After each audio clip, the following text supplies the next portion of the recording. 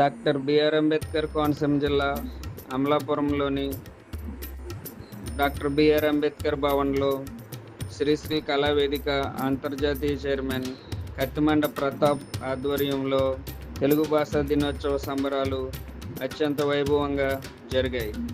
138వ జాతీయ శతాధిక కవి సమ్మేళనంలో అంబాజీపేటకు చెందిన సామాజిక సహజ కవి, జాతీయ పురస్కార గ్రహీత వెంకట పొలమూరిని అమలాపురం శాసనసభ్యులు ఐతాబొత్తుల ఆనందరావు, శ్రీశ్రీ కళావేదిక చైర్మన్ కత్తిమండ ప్రతాపులు ఆధ్వర్యంలో ఘనంగా సన్మానించారు.